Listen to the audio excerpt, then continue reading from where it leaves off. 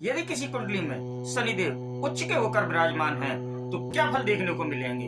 शनिदेव एक कर्म प्रधान ग्रह हैं, तो ऐसी स्थिति में जिस व्यक्ति की कुंडली में शनिदेव उच्च के होकर जिस भाव में विराजमान होंगे तो ऐसी स्थिति में काफी मेहनत और संघर्ष के बाद उस व्यक्ति को उस भाव के फल को प्रदान करते हैं। आसानी से उस भाव के फल को जातक को कभी भी शनिदेव प्रदान नहीं करते हैं। तो आइए जानते हैं कि किस भाव में शनिदेव उच्च के होने पर क्या प्रभाव देंगे।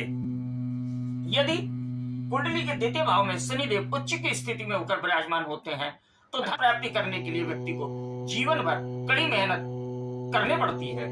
इसी प्रकार यदि चतुर्थ भाव में शनिदेव उच्च के होकर विराजमान हो जाते हैं तो ऐसे व्यक्ति को अपना हर मकान बनाने एवं वाहन खरीदने के लिए अत्यधिक मेहनत करने के बाद उसकी प्राप्ति होती है। यदि कुंडली के पंचम भाव में शनिदेव उच्च की स्थिति में होकर विराजमान हो जाते हैं तो ऐसी स्थिति में संतान प्राप्ति में देरी होने को मिलती है। यदि कुंडली के सप्तम भाव में शनिदेव उच्च के होकर विराजमान हो जाते हैं तो जातक के विवाह में देरी देखने को मिलती है।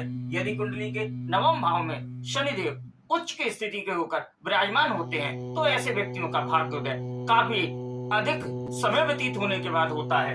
इसी प्रकार यदि कुंडली के दसम भाव में शनिदेव उच्च के होकर विराजमान हो जाते हैं तो ऐसी स्थिति में जातक को अपनी नौकरी और व्यापार में अत्यधिक कड़ी मेहनत का सामना करना पड़ता है और बहुत ही मेहनत करने के बाद उसको सफलता प्राप्त होती है।